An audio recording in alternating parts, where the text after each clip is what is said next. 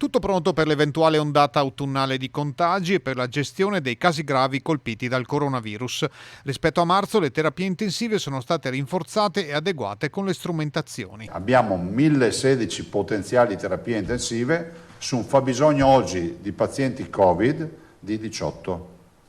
Dopo ovviamente ci sono anche i pazienti non Covid, ma se dovessimo proprio estremizzare il ragionamento, questo è il ragionamento.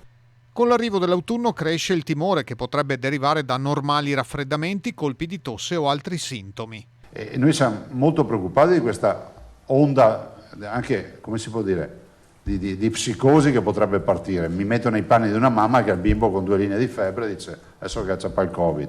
No, e allora stiamo mettendo in piedi un piano molto aggressivo rispetto ai test, perché poi la risposta che dobbiamo dare ai cittadini è quella dei test.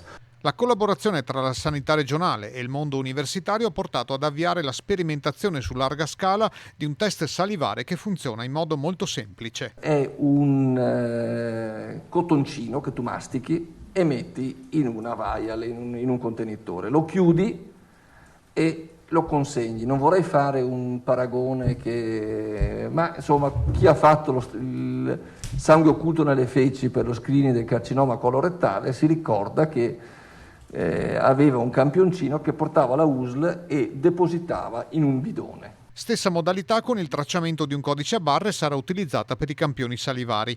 Gli studi effettuati a Padova hanno verificato una precisione assimilabile a quella dei tamponi orofaringei. Il test salivare sarà per gli 8.000 dipendenti dell'Università di Padova e gli eventuali contatti di studenti positivi, ma in tempi brevi potrebbe estendersi ampiamente anche in altri ambiti.